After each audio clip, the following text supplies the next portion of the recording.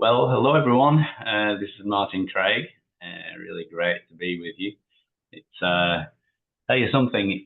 It seemed like months and months we've been thinking about this photography basics class, and I'll get into a little bit more about who I am, who Brentwood Photography Group are in a minute. But it's brilliant to be here and to be sharing some information with you. So let's kick off. I've set my timer for I've got about 40 minutes here, so I don't go on for too long sharing information per se.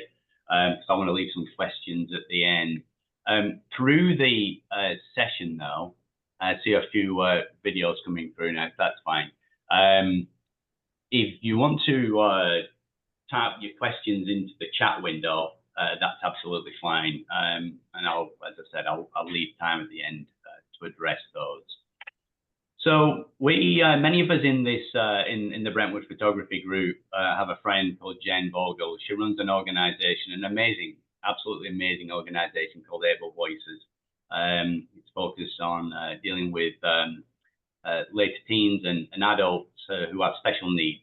And she calls that organization Able Voices, and it's absolutely brilliant. I'm a volunteer there. I've been volunteering about 6 months on and off now. Several of the people who are in Brentwood Photography Group volunteer there to help these people who are so enthusiastic about life get better at photography and utilize. It's basically a way of them expressing themselves through photography. And Jen has this saying. I was at a fundraiser recently, and she sort of reminded everybody of this saying: photography is so much more than just pressing a button. It's about, obviously, photography, the art and craft of photography, but it's also like building friendships and just having fun. And I like the way she puts that PH at the beginning of all those words. So I wanted to kick off with that. You know, at the end of the day, no matter what our level is, and I'll show you in a minute what the level spread is of skill from absolute beginner through to expert photography on this for people who have signed up. It's about having fun at the end of the day, and we can get so focused on, do I have a perfect image here? Is it an award-winning image? Well, yeah, believe me, I went through that. Many of us in the group have gone through that. Maybe you will as well as you get on this journey. But really, it's just about having fun, create images that you like. So I wanted to kick off with that just almost as a level setting, really. It's a good reminder. So Brentwood Photography Group, we meet every month, the first Tuesday between 6 and 8 o'clock. We meet in Brentwood, Otter Creek Church on Franklin Road. Check out the website if you haven't already. It should have been in all the communication that we've been sending out, but brentwoodphotographygroup.org. Really active group. We do a ton of stuff. We have these monthly meetings. We have at those meetings, we have a little contest, fun contest, where you can print out an image, present it, and it's usually theme-based. And then it's peer voted on. And we get a first and a second in a category. And it's just a great way of showing your photos and having people vote on it. And actually, it's a really good way. It's kind of a litmus test as to what people think of your images. And again, some of us don't like to be judged in that kind of way. And again, we also have a wall, we call a gallery wall, where people can put their images up without any voting. But it's actually good. It's good to do because it helps us improve. That's what this group is about. Photography basics, which is what we're doing today. We have mini clinics. We do monthly photography outings. We have a lunch bunch where some of us get together every month at Franklin Library or Williamson Library, and other things as well. So a really active group. If you're interested in joining, if you haven't already, it's only $40 bucks a year, $20 bucks for an additional member or a family member. Really great group of people having fun in what we do. So your course instructor, well, that's me. And if you haven't figured already, I have a strange accent to your ears. I always say I don't have the accent right. You guys do. But I get it. I'm in America, so maybe I'm the one with the accent. The first time somebody said that to me, you have an accent, I don't have the accent. Anyway, so I'm originally from England. I moved to Detroit for 1 year in 1995, and I ended up staying. Kids went to school, graduated college. My wife and I, who's there, Hillary, we woke up one cold, snowy, frosty morning in Detroit and said, why the heck are we still living here? we had a great time in Detroit for 18 years. It's a great life, but we wanted to move somewhere warmer, so we moved to the Nashville area, Franklin, Tennessee, and that's about as much as you get from the American from me. But yeah, we're going to do 4 classes here moving forward. And so as I was thinking through what are we going to do during this course, obviously I had a sense of an idea, but 13% of the people that have registered are absolute beginners. 16% use their camera phone and want to take it to the next level. 53% have some skill and want to expand. 13% intermediate, and 6% would consider themselves advanced.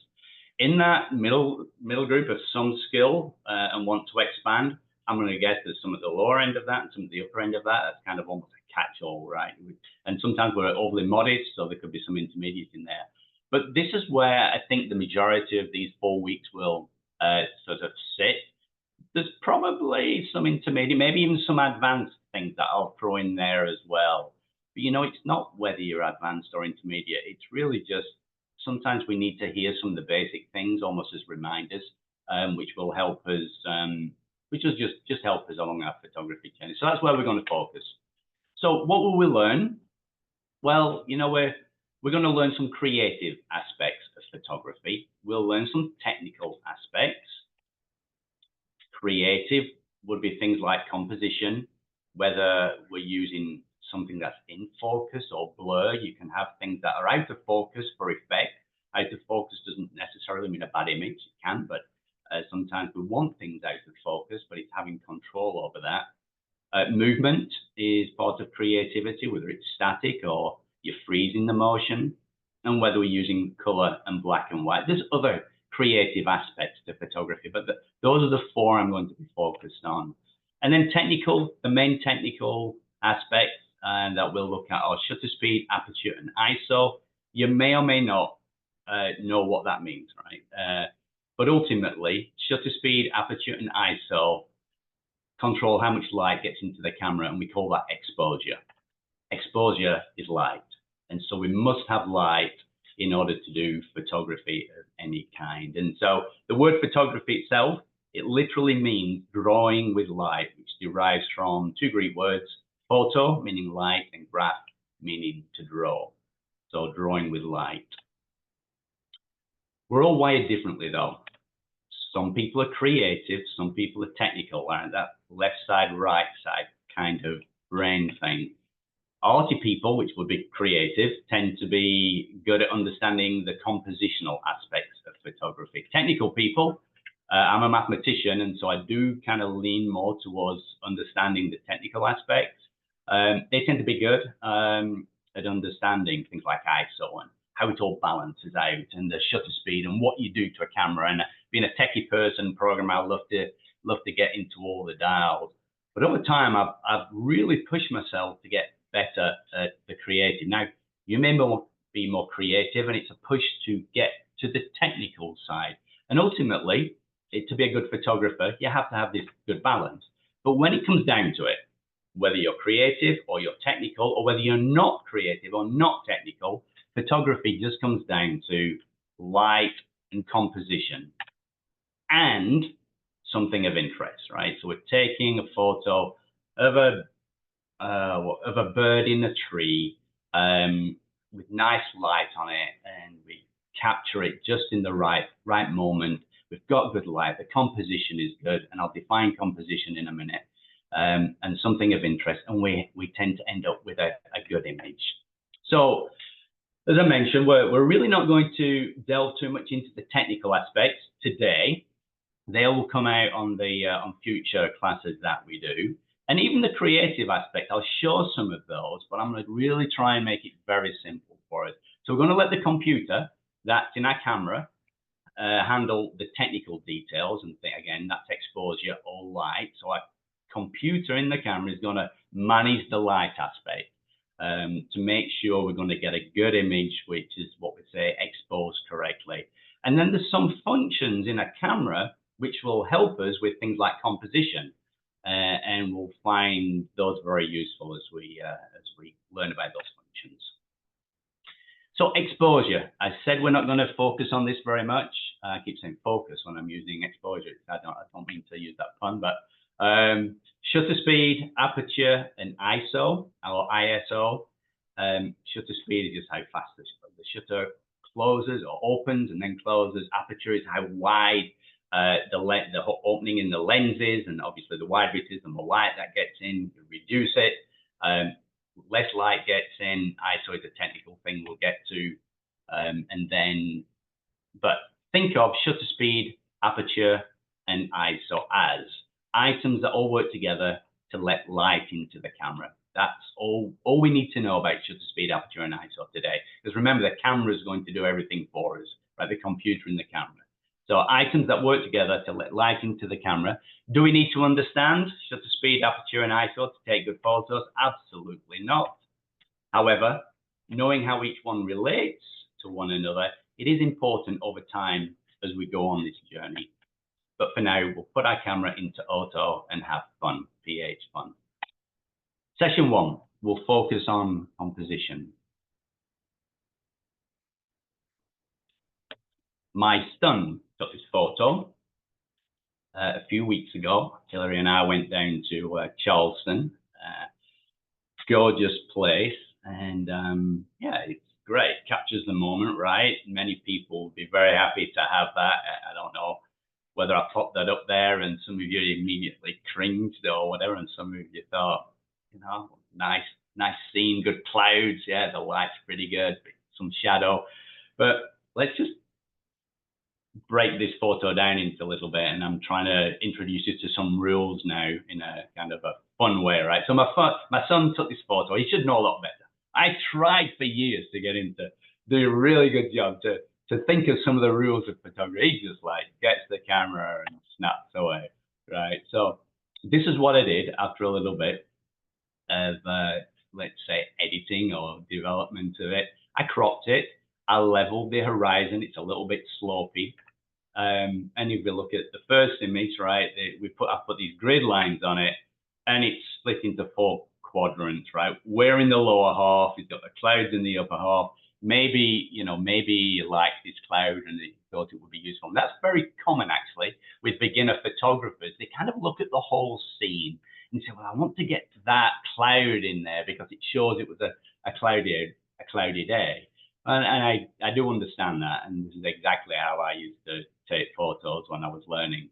But there are these rules that I mentioned earlier, and these rules help us create a composition which is pleasing to, let's say, most people.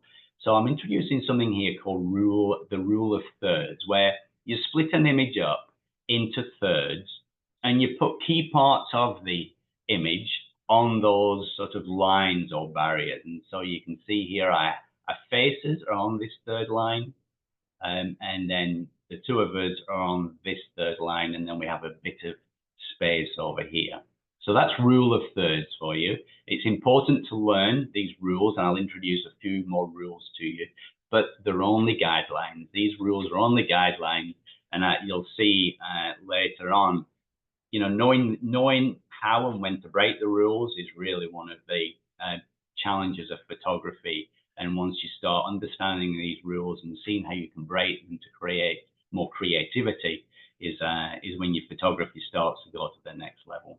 But cropping is your friend, right? You see an image like this, and what I would challenge you to do is maybe go through some of your photos, look to see if you can imagine a rule of thirds line in it. So if you're using software, whether you use Lightroom or you're using your camera phone, there is a way to put this grid on it, and I'll get into that later on as well. That really does help with composition.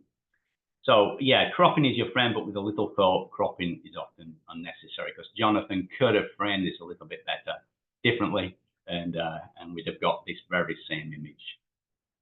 So as Hillary and I were walking through one of the parks in Charleston, I don't know whether you can see this if your screen is large enough, but Hillary is there against his tree.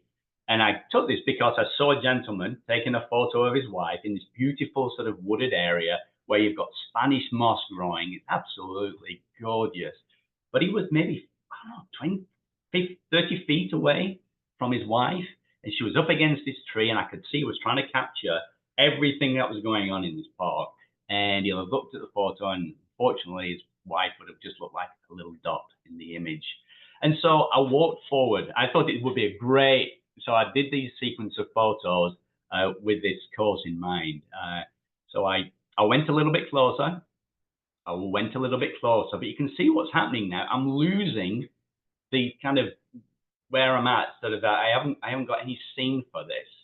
And so what I did, I asked Hillary to come towards me on the same distance, give or take, from the tree. I may have gone a little bit closer, but you can still see I've got the tree pretty much the same as this. Hillary's come forward. I found a spot where she's in light. Here she was more in shadow. And I think it still shows the context, but also Hillary is much better highlighted there. And there's my rule of thirds as well on that image.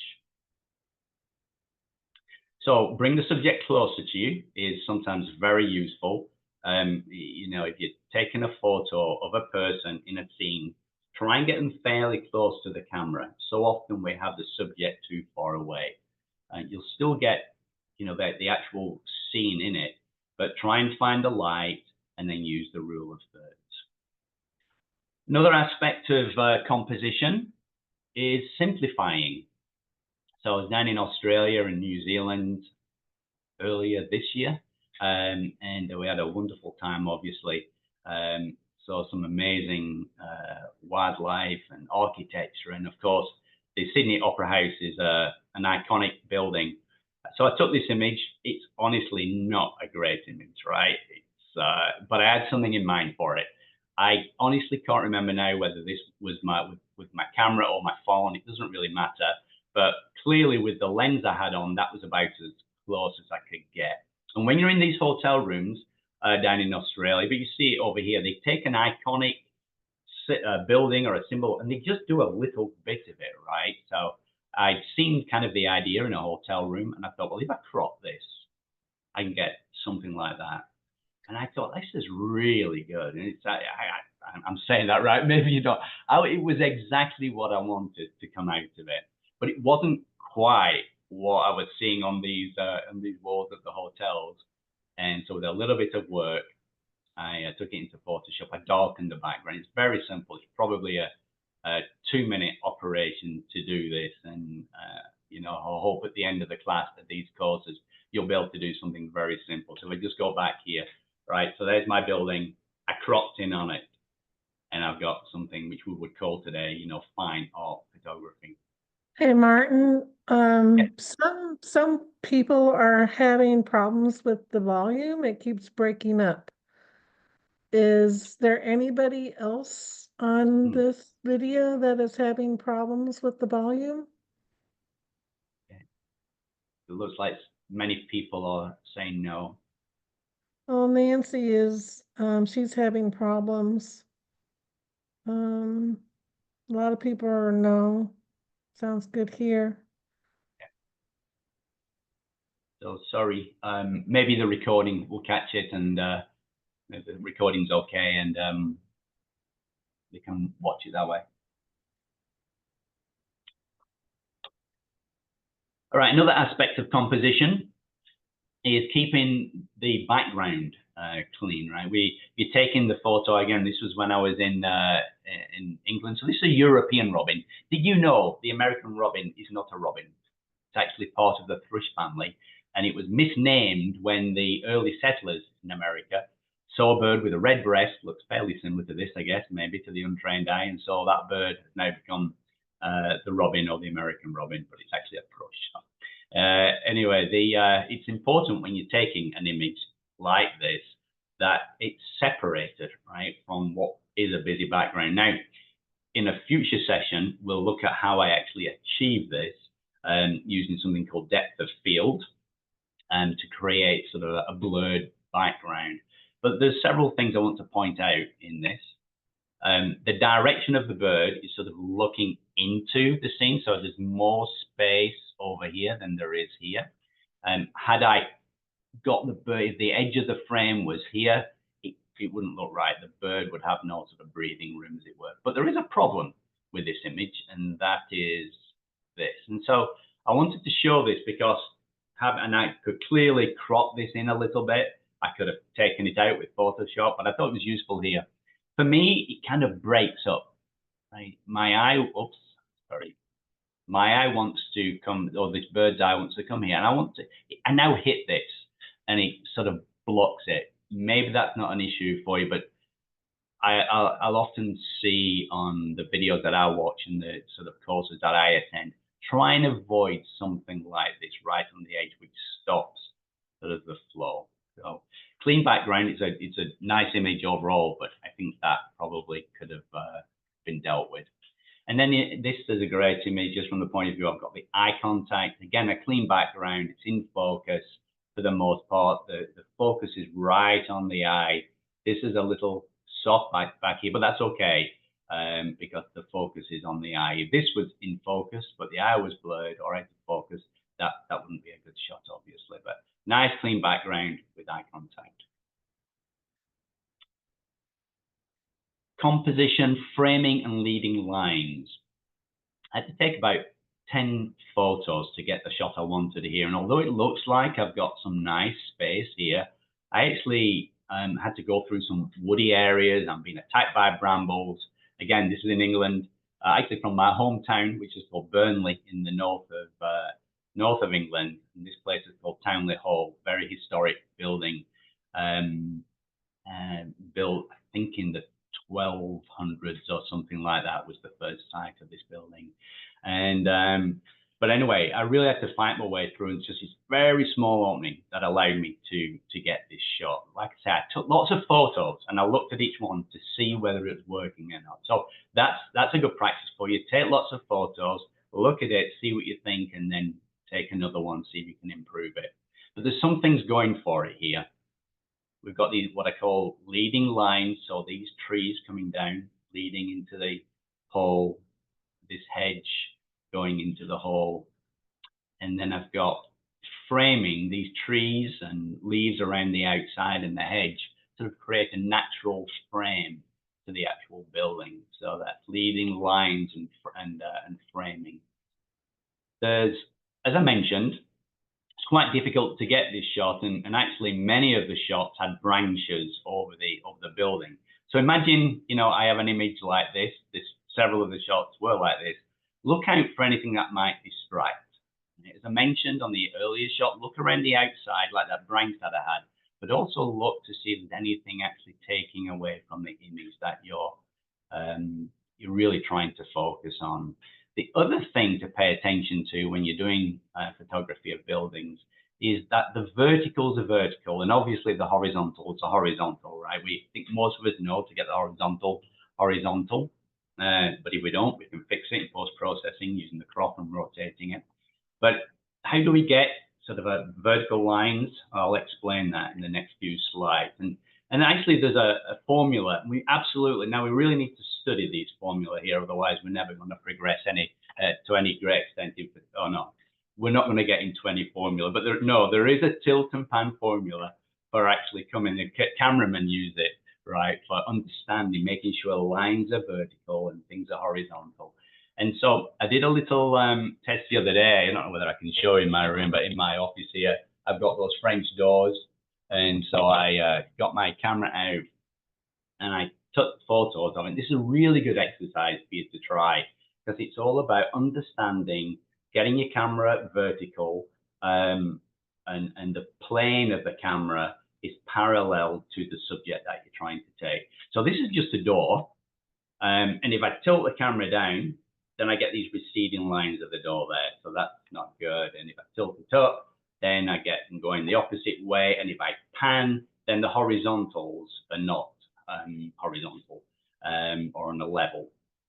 So you have to be careful with that. And that's important. You'll often see that if you're taking a photo of a person, and if you tilt your camera up, then what does that do? You tilt the camera up, yeah, their heads become very thin, and if you've got a naturally egg-shaped head like me anyway, my wife takes a photo and she tilts back, I look like an alien, right? And so to compensate for eggheads, right, I can laugh at myself. You tilt the camera down slightly. and you go up and you tilt the camera down.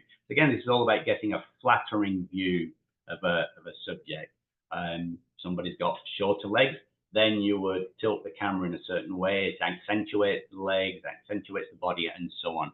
So understanding things like tilt is quite important. It may seem doing French doors, why is that relevant? But if you've got a person, it can really come in handy. So it's important. However, it's not always the case that you can do that. So be creative as well. This is one of those, break the rules, right? Use this for dramatic effect. Negative space is another rule that we might look for with composition. So this is the negative space. And this, again, this is kind of one of those where you're breaking the rules. Normally, when you have all of this negative space, the subject would kind of lean into. So I mentioned with the bird's looking into the space. Normally, a subject would lean into the space as well. But I think this works quite well in doing it that way. It kind of almost creates a little bit of a tension, or it's not straight. So it sort of balances somehow, right? And maybe somebody smarter than I am can tell me why, but I think that just works. So play around with the angle of the subject as well to see what kind of effects you get. But the main thing is use negative space. It's very easy just to put something right in the middle. Symmetry is another thing we look for with composition. So I put a line right in the middle there. So it's this is a mirror image, obviously. There's a prize if you can tell me how many people there are milling around in that space when I built this. But remember rule of thirds earlier? So rule of thirds, often we'll see it on the verticals and the horizontals. Here we've just got it on the horizontals. So the key was getting the platform on that third line. So again, just if I wasn't clear earlier about the third, this is about a third of the image, and a third of the image. And it's not exact, right? In fact, sometimes you don't want it to be exact, or it looks too technical, too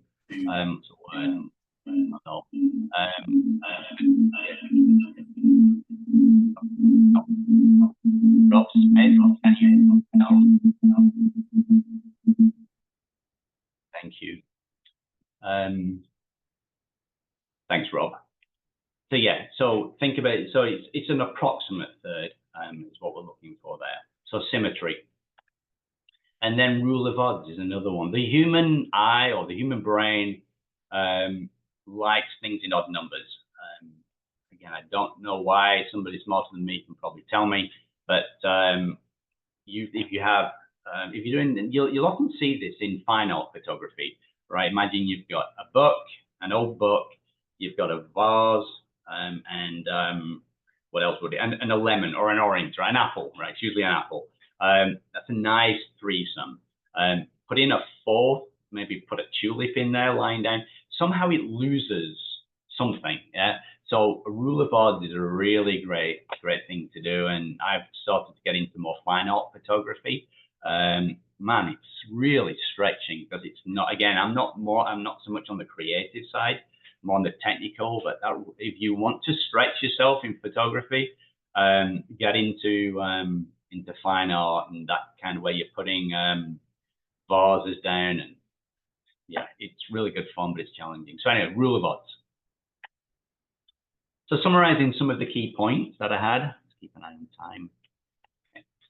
Some of the composition tips here. There you go, yeah. Leading lines, lead the viewer's eye to what's important in a scene, especially in landscapes. Remove distractions, think about what's on the very edges of a scene. The negative space, it provides space for the subject to breathe. Rule of thirds, the main subject lies along these lines or intersections. The rule of odds, we find an odd number of subjects more appealing, and then symmetry or asymmetry to create a sense of balance or even imbalance and tension. There's many, many more rules that photographers use when shooting a scene. It's important to know some of the basic rules and to practice them, but the others can be learned over time. Eventually, photographers learn how and when to break these rules. But composition is key, absolutely key in my mind. So remember, we had the two sides. We had the artistic side, the technical side, or the creative side. Just focusing on composition for me gets you 75% of the way to creating a good photo, so long as the light intensity and quality is good. And it also helps if the scene is interesting. What do we mean by interesting? It's something that is unique or shown in a unique way. So composition's about 75% of the way there, but you've got to have good light and good quality light, and also subjective interest. Okay, so at the very beginning, I showed you some statistics of the breakdown of people that were attending or had registered, and there were a few absolute beginners, and there were a few people using phone cameras, and wanted to take it to the next level. Well, today, these phones and the cameras in them are so capable, absolutely excellent image makers. And so to that point, here's the photo that I took on an iPhone 11 of a brief down in Charleston. That's straight from camera, basically. And then I did some processing, making it black and white, using the iPhone. This is an iPhone 11, yeah. So basic editing or processing. For me, editing is where you start changing pixels and moving things around.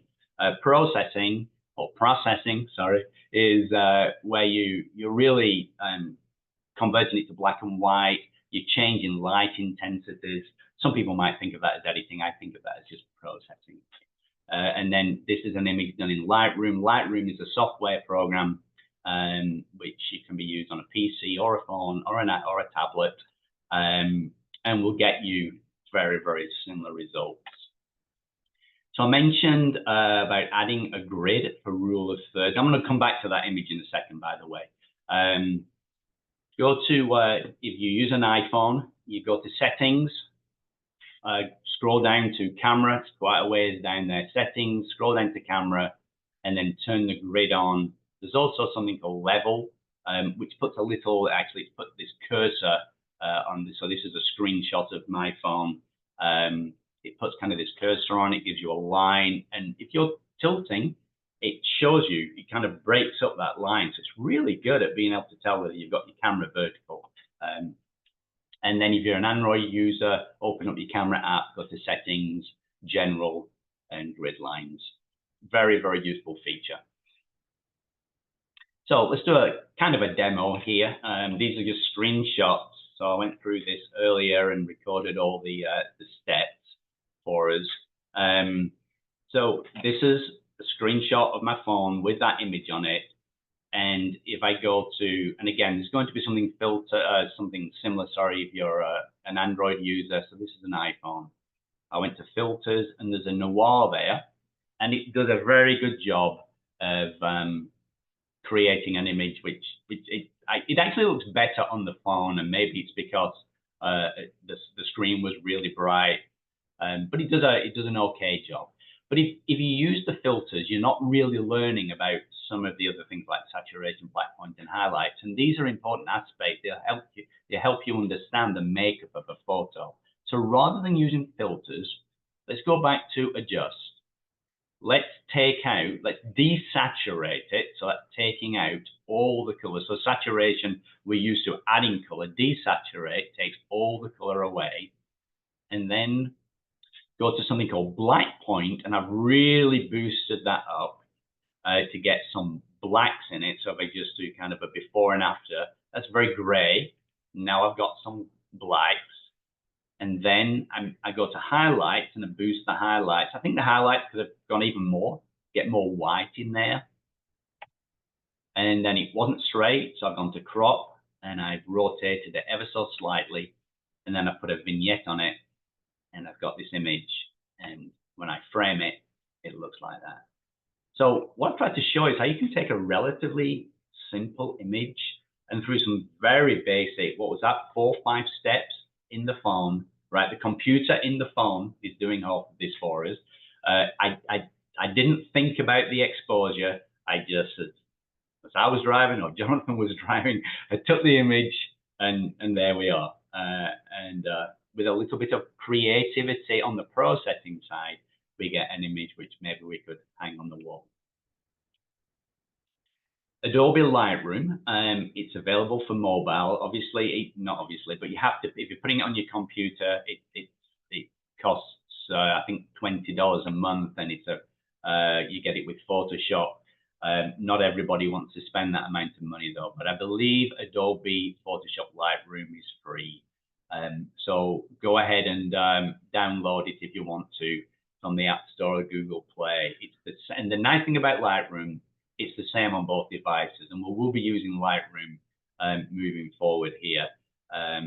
So you'll find that very useful as well in taking some of the editing or processing that I just illustrated in that very simple example again to the next level.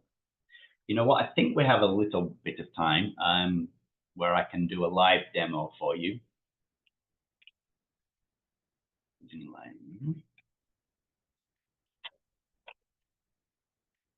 So this is the image, straight from my phone, full resolution. So I transferred it over. And Lightroom, if you've never seen Lightroom before, it can seem like anything new. It can seem intimidating, but it's designed to work from top to bottom through what's called the basic, setting the basic things, which is things like the exposure, the contrast, highlights, which just means if I've got a light area in it, do I want to tone it down, darken it, or make it even brighter?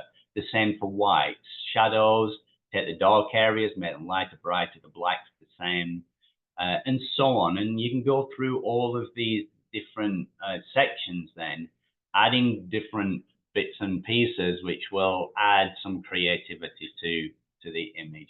But if I just start with basic, and remember guys, I know many of you will be probably way beyond this, but a good number of the people that are on this course are beginners or just starting out, and I'm trying to get everybody up to a point where maybe in week 2 we can do more advanced things. So hope you just hang in there for a minute. But I'm going to tell you this. First thing, what did I do before? I converted it to black and white.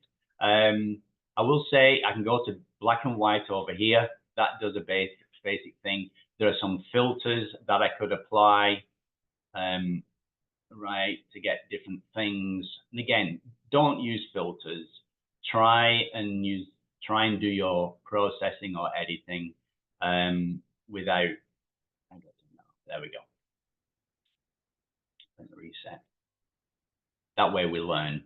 So I'm going to convert it to black and white by taking down the saturation. And now I have the same kind of grayscale image. I'm going to take those blacks. That was the thing I said, black point.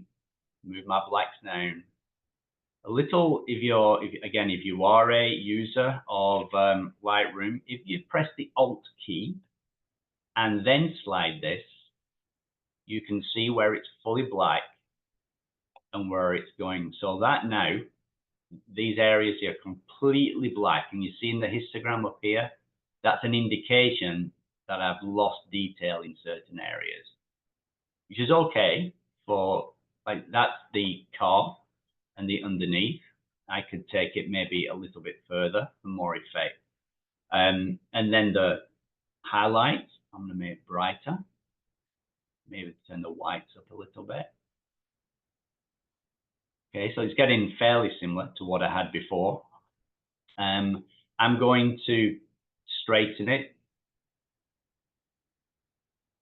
So I took the grid and I'm just rotating.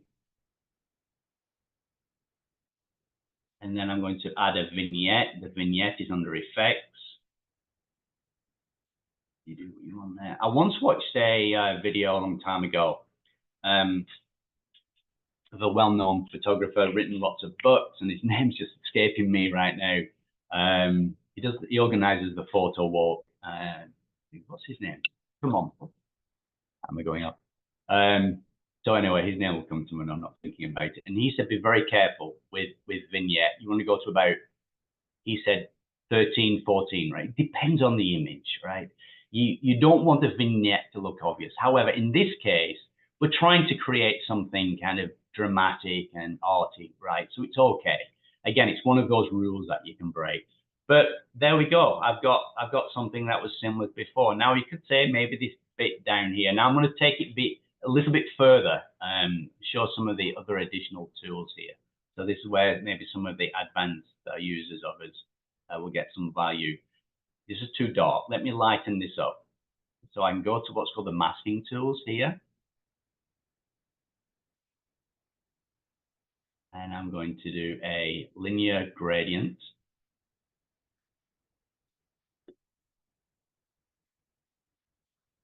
And I'm going to apply an effect to that linear gradient. I'm just going to lighten it in that area. I thought it was a little bit dark just down there. And what I'm also going to do is apply a lot of clarity to it, texture, but then I'll go back and lighten it again. And that now sort of makes it kind of gritty, which is really good. I hope that's coming through on the Zoom screen. It may not be, but can you see now it's introduced a few little artifacts there? So let's get rid of those. So if I select this remove tool, there's 3 ways in which I can remove. So I'm just going to select the first one, and I'm going to draw over that, and it's removed it. And then there's a few little artifacts here. Remove those. One thing that I don't know whether anybody else noticed on the image when I framed it, I had this lamppost just creeping in. You remember one of the things I said about getting rid of things? Now, for me, I'm driving along. I quickly snap this image at the point where I'm trying to get some symmetry between this part of the bridge and this. And I can't be counting every lamppost, but this is the beauty of post-processing. Well, let's see if I remove that. Bam, gone. It's a really nice feature. And these are things you can't do using the standard phone editing processing tools, but you can with Lightroom on a phone. So what I'm showing you here, you can do on a phone as well, if that's the way you want to go. So anyway, I could go on, right? I could do lots of things to this. I could add more glow to it, etc. Why don't I do that? I've got to show you one more thing. Plus radial gradient. Yeah. To brighten it up there as well, just to give it a little bit of glow. And there's more I could do to illustrate this, but that's good enough, I think, to show the point. Full screen, that's the image. I like the fact I was able to take out this lamppost so very easily and just get rid of that distracting element. Okay, we've got all these images now on our phone. So what I like to do is get them onto my computer. I like to view images full screen or a large screen, not on something the size of this, right? And here's I want you to remember something here. You're just getting into photography and using your phone. It's really easy to take a phone or of a landscape or anything like that, and it looks great on your phone. You're viewing an image on a very small screen, and honestly, some of those images look fantastic. You put them on a big screen, and that reveals a lot of items that you wouldn't have otherwise seen. So viewing images full screen is really important. You just log into iCloud. Anybody that's got a phone has an iCloud, and this is the same for Google Photos. So I'm sure you'll find your way. But iCloud, you'll log in, you go to Photos down here, and then you'll get this interface. And now you've got this kind of interface. You can halt your images. It's much, much easier to go through hundreds of images, thousands of images, select the ones you want. And then there's a download function. If you select some, you download them, and you can use the editing tools or the processing tools on your computer. And honestly, again, if you're just getting into photography and you've been using your phone, trying to do more things on a larger screen is a way to take your photography to the next level, because you'll see things that you didn't see before. What do you do if you have a fire and a cocktail after the grandkids have gone to bed? We're coming in for a landing here. So again, I'm shooting everything's shot with my iPhone, and what I'm trying to get across here is not how good the final images I'm going to show you. My humble opinion came out wrong, did all of that, but anyway, you get the point. It's the fact we're using a phone, and we're able to create great images with a phone. So don't let the device you're using be an excuse for not being able to take good images, right? So shot with the iPhone, what I actually did, I took loads of photos of the fire. I kind of blended them together, and then I took the photo of the cocktail glass, Campari, which was done on top of my fish tank, and I took it into Photoshop. And you know, it may look complicated. How do you get rid of all this stuff? Well, tools today, editing tools, are so capable. It was not difficult to sort of clean up the background, blend in the fire, using some blending techniques. Again, not overly complex. It's just about knowing them. And I was able to get this image. So the best camera is the one you have available at the point of inspiration. So I'm with my grandson Liam. We're having marshmallows, and I looked into the flames. And I thought this would. I had this idea for an image, so I quickly took the shots, and then I put the cocktail glass on the fish tank and just took it very quickly. No flash, no nothing. So, however, building up skills with photo editing software really does allow you to take your images to the next level. Another illustration, I was joking with Diane earlier, some of you may have heard me. How did I get this image? I did get this mosquito to sit still while I promised it to taste some of blood afterwards. So it suitably obliged for me. Sat there nice and still whilst I got my phone, and I went click, click, click, click, click, click, click, click, click, click, click, click, and I sort of zoomed in and came out, and then I reviewed all the images, and I found I had maybe 1 or 2 out of 20 images where the eye was actually in focus.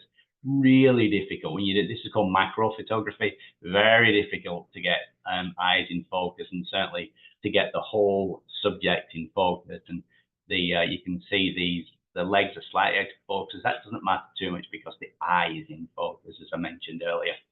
But I did a little bit of processing, brightened it up, brought it into Photoshop, cleaned it up. And again, not overly difficult to do this. What I'm trying to say here is the phone is a great camera. It's about learning some of the software techniques that we'll get into in future videos that really will take your images to the next level. So that's the original with an iPhone, initially processed and then edited in Photoshop. So we do have to practice and we have to study, but we keep it fun all the way through it. We take lots of pictures. Don't overly judge or compare and judge your image to anyone else's. It's good to compare, but don't be too hard on yourself. Remember, what's interesting to you may not be to others.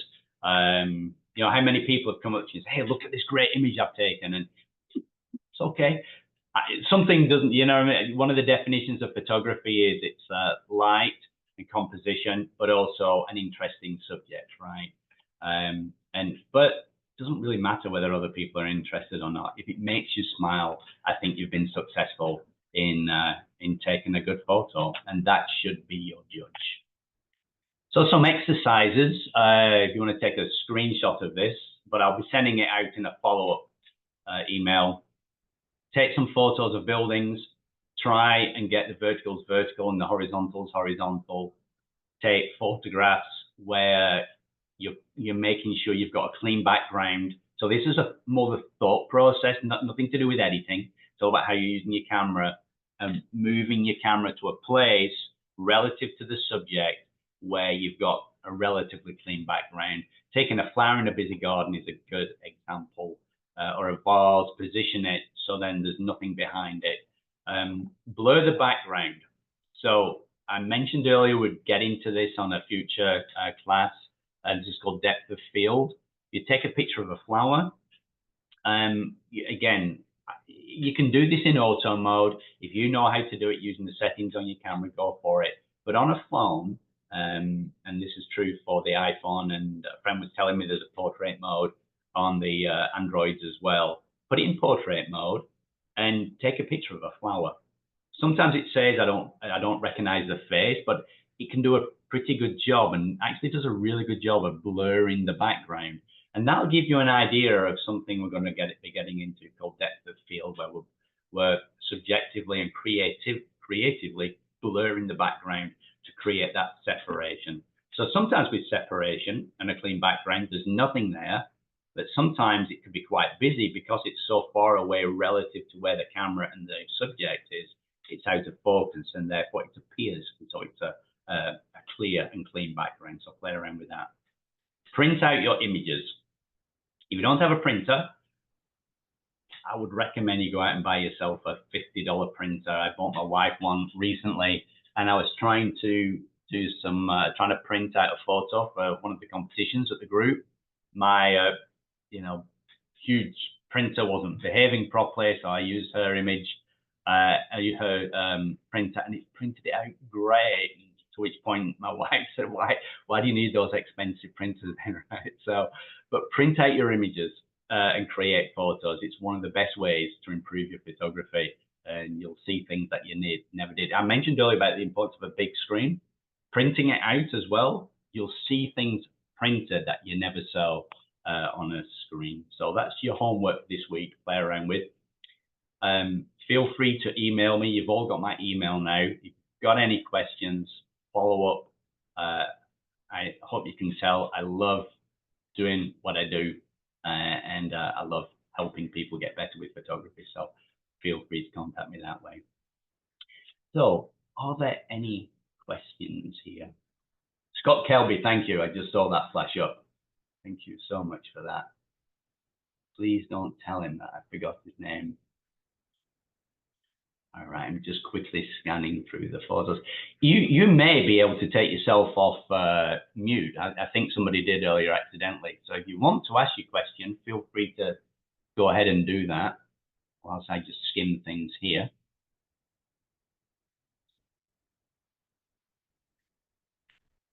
And Barbara, hello from Detroit too. Hi. Okay, volume is fine. Do I have any questions? All right, somebody's saying, so Sandy, to make sure I understand correctly, each of the following week's classes covers a different topic. Yes, it does. So next week, I'll be going more into some of the, I can do this. I'll be going more into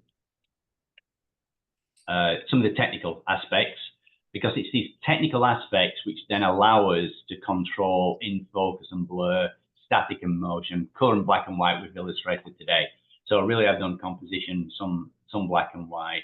But if we want to get creative with other aspects of photography, if you've got a car that's moving fast and you want it to be very still, you've got to have a fast shutter speed. But if you want to get a slight blur to that car to make it, to kind of capture the essence of speed, you need a shutter speed which is appropriate for it. And so that's why we do need to start getting into some of the technical aspects as well. But if we focus on composition first and foremost, that really just helps us. I think that is good. I have a question. Yes. You had recorded the session, so where would we be able to see the recording if I wanted to just review something? Yeah, great question.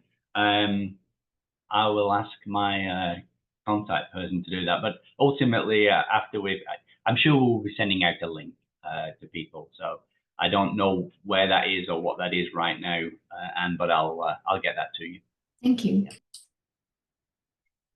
When you say clean background, does that mean single color? Does that mean like nothing there? Or I know you talked about the depth of field.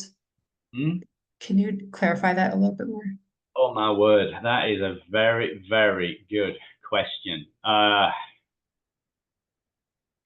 Yeah, to me, I think it means something that is not distracting to the point where it's taking away from the subject.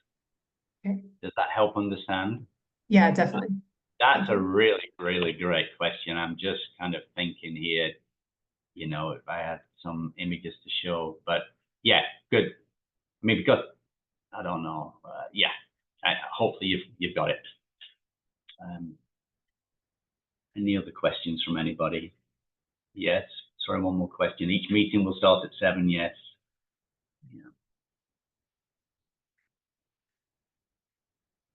You guys have been very easy on me. I thought somebody would ask me a hard technical question, which I'm okay with. Come on, guys, challenge me. How about the black point? I mean, I saw the black, it get more saturated. Is there Yeah. anything else about that? Because it was like you were adding both white, but then adding black. Yeah. So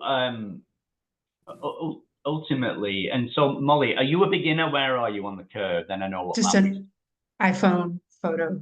Okay, yeah. Sorry. So Yeah. I can illustrate in here. You know, let me maybe I'll just use a completely different image, right? So I don't know, but not this one. Too zoomed in. This one might work. Okay, develop. This one will work. Okay. So in this image, we have if we forgive me if this gets too technical over your head, but every image is made up of different light intensities and different colors. Okay, and you can see light areas up here, and we can see maybe dark areas here. This would be a dark area just on the tree under Hillary's arm, and dark areas here, and so we got light areas on the path back there. We've got light areas. So an image is made up of different light intensities and colors, and that's what allows us to take photos. That is represented in what we call a histogram, and this histogram sort of represents the darks and the lights, if you like, the whites and the blacks. So this is the dark area, and this is the light area. And this histogram, because of the way it's spread all the way over this range, shows it shows it's a well exposed shot, right? But if I now go into the blacks, so this was the black point on the phone, and I take that down, you can see the blacks are getting blacker, but the whites, or the brighter parts, are not changing that much. Now they will a little bit, because everything's getting stretched, but generally speaking, the black makes the darker areas even darker. Yeah? And when you get a straight edge like this, and you can actually do this on an iPhone, I think with some products, you can get this histogram, and this tells me I've lost detail. Like if I zoom in here, this is absolutely black. I don't see any bark or anything like that. So when you've got concrete, or you've got sort of the image that I showed earlier, making the blacks overly dark or black is not a bad thing to do. It creates that drama, as we call it. But in this, it doesn't look good. It's adding more saturation, but I've gone too far. So that's really the black point. Conversely, if I take the white and boost that up, the white bits get brighter. So now you can see on the histogram, this is, as I move this, if you look at that histogram, how it goes down. So the white end of the histogram goes up to indicate I'm getting more, the bright areas are getting even brighter, and more of them are getting brighter as well. I hope this is making sense to you. Yeah, and what we aim to do in photography often is get a good spread of the histogram. If I have an image, see if I make the blacks now really light, it becomes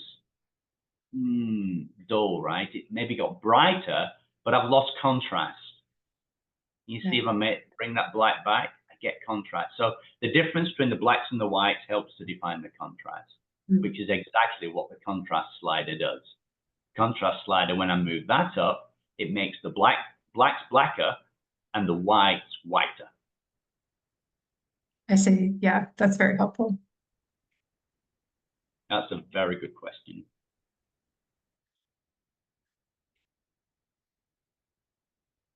So you've just got to let your eye be the judge on a phone, if you're using a phone. You know, you move it until you start to lose detail. And at the point where you lose detail, depending on the subject, that might be okay. In this instance, what most photographers would say is, I'm holding that Alt key as I move this black slider, for anybody familiar with Lightroom. and that tells me this area is black here, but maybe that's okay in this instance. There's some areas of the trees, and that's all right. If I take the whites, I've got some super bright areas here. So what I might want to do with those is bring them down. So there's many things we can actually do to a photo to get it to a point, but then part of the creative aspect as well. So although it's the technical stuff that we're playing around with exposure, this is the creative side that I love, because it helps me as an artist, right? Create something that I find pleasing. Yeah. Do we have time for one more question? Yeah, of course. Yeah.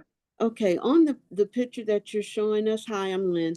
On the picture that you're showing us and the birds, what I wanted to ask, and I apologize if it's kind of silly, were you using the zoom on the iPhone? Because in this picture, you mentioned that you asked your wife to walk forward. So is it better for me to use the zoom options on the phone and just stay back? Or is it better to adjust? Like, did you walk up closer to the birds, or did you stand back and then just zoom in on them? If that makes sense. Great question again. And the answer is it depends. Okay. So if I go back to the bird, in this instance, essentially, Hillary was walking towards me. So that's the Okay. first thing, right? And I'm not moving. Now I walk forward, but I could have zoomed as well. Okay. And there are benefits to both. One of the things you have to be careful of with a phone, which phone do you have, Lynn? I have the iPhone 12. Okay. Is it the Pro, or does it have 3 cameras or 2? It's the Pro Max. Pro Max, beautiful. So you've got 3 cameras on that. And so you've got a wide angle, a 1x, and either a 2 or a 3 times zoom on the 12. And that's fine. So you can, on your phone, you can click which lens you want the camera with the phone to take, right? To use. What you don't want to do is go to your maximum zoom lens and then zoom in more. Okay. You're actually losing detail doing that. Now, if you're doing it a little bit, it's okay. And sometimes it's beneficial to do it. But if you can walk closer, that's always the best thing to do. Okay. For various different reasons. But if you can, that's the best thing. Thank you. Yeah. But I was going to say on the bird, where's my bird's image? The bird, I use the camera. Right, I was a long way from this, and I had a telephoto zoom on. So I wasn't using a camera phone for these. Okay. You don't want to get too close to these things either. They'll take your finger off. All right. All right. Thank you. Hey, Martin, All right. I have a couple of questions if you don't mind. Yeah. No, hey guys, if anybody needs to drop, feel free. I'll stay on for a few more minutes to ask questions. Of course, if you want to stay on, please feel free. But yeah, go away. That's about it. Yeah. You said for us a project was to print our photos. What kind of papers do we get and where do we get it? And, I went to like a museum or something like that, and this one, or a gallery, and this lady said that she printed her brother's pictures and opened a gallery, and she used really good paper. So I don't know, is there a difference in good paper and bad paper? And oh yeah, there is. Yeah, but I would I'd keep it really simple for now. Go and buy yourself, if you're looking to buy something, and maybe what I'll try and do is email follow up. I'll send some example printers. The two most common popular brands are Canon and Epson. They have really good basic printers. Why am I paying $50 versus $150? There's a slight increase in quality with a $150 printer, but they print much faster. And usually they've got more functions and they do photocopying and all that kind of thing. But if you if you go for a printer today, most printers will do a very, very good job at printing most images out. Then what you want to do, if you buy a Canon, buy Canon paper. If you buy an Epson, buy Epson paper. That way, you know that paper is designed for that printer, and you should get a reasonable reproduction of an image. Since you're going to be printing, I have to say, be careful with the brightness of your monitor. Don't expect the image to look identical to your monitor. I'm glad you asked me that question about the paper. Most people have monitors too bright. They come delivered too bright. When you're editing any photo, again, it depends on the monitor, but you're best to do it in a relatively non-bright room. Take your monitor brightness down, which is why we decrease the light of the room. Then when you print, you should get something fairly similar, but you need to put the print, once it's printed, in good light. A computer screen is what's called backlit. So there's light forcing, right, the pixels and the representation to your eyes. But when you get an image, it's completely dependent on the reflective light. So you need to take it over to a window or bright light. Again, you don't want a yellow light, you want more of a white light. Because if it's a yellow light, it will give it a yellowish color and it won't look like your computer screen. So you'll get a difference in color. So, but don't be too critical of the difference between your computer and your print. Just make sure you've dimmed the brightness, and you should get something which is acceptable. Thank you. Yeah, it's a great question.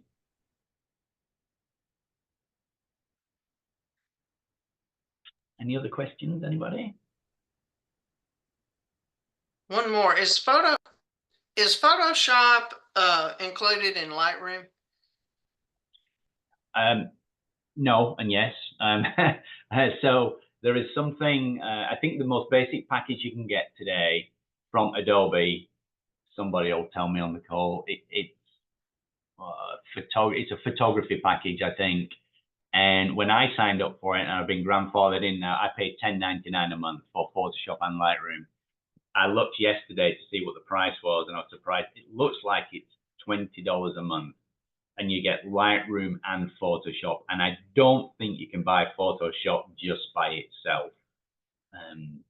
Now, there is something called Photoshop Elements, and that's probably about $100. I think you can still buy that without a subscription. That's very, very capable. Does everything Lightroom and Photoshop does, give or take. But yeah, otherwise you're paying $20 for those. So it depends on how much you want to pay. You know, I love photography. Many of the people in the group either use the Photoshop tools, or another popular tool is On1. You could look at On1 as well. That's a great tool. I just don't use it very much these days. But in terms of, you know, getting online and watching tutorials, certainly starting with Lightroom is a great place to start if you can, if it makes sense for you to go that way. So Martin, there are two prices for Lightroom and Photoshop. Mm-hmm. The 20 gigabyte, which gives you 1 terabyte of storage, is $9.99 a month, and that's what I have. And then if you want the larger version, then that is $19.99 a month. Okay. So there's still two options. Oh, great. $5 and $19.95. So it still looks like you can get a version. And so the difference here, guys, is that if you go for the basic version, which is $9.99, you're not getting a lot of cloud storage, and I don't think that matters at this point in time. So yeah, $9.99 is not that much. It's what, less than 2 Starbucks coffees a month. So yeah, I know some people don't like paying on a regular basis, but in the grand scheme of things, it's certainly worth it if you're really interested in photography. Thanks, Diane. Mm-hmm.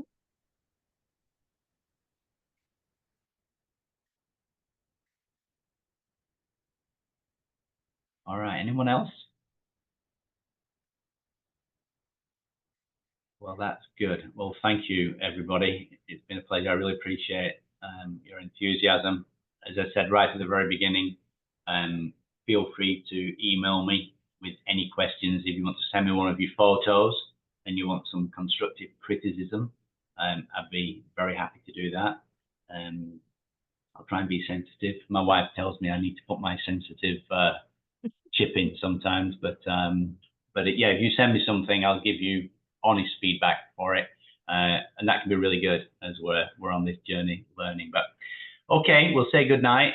Thanks everyone, and hopefully we'll see you next time. Bye bye. Thanks a Thank bunch. you. Bye bye. Bye bye.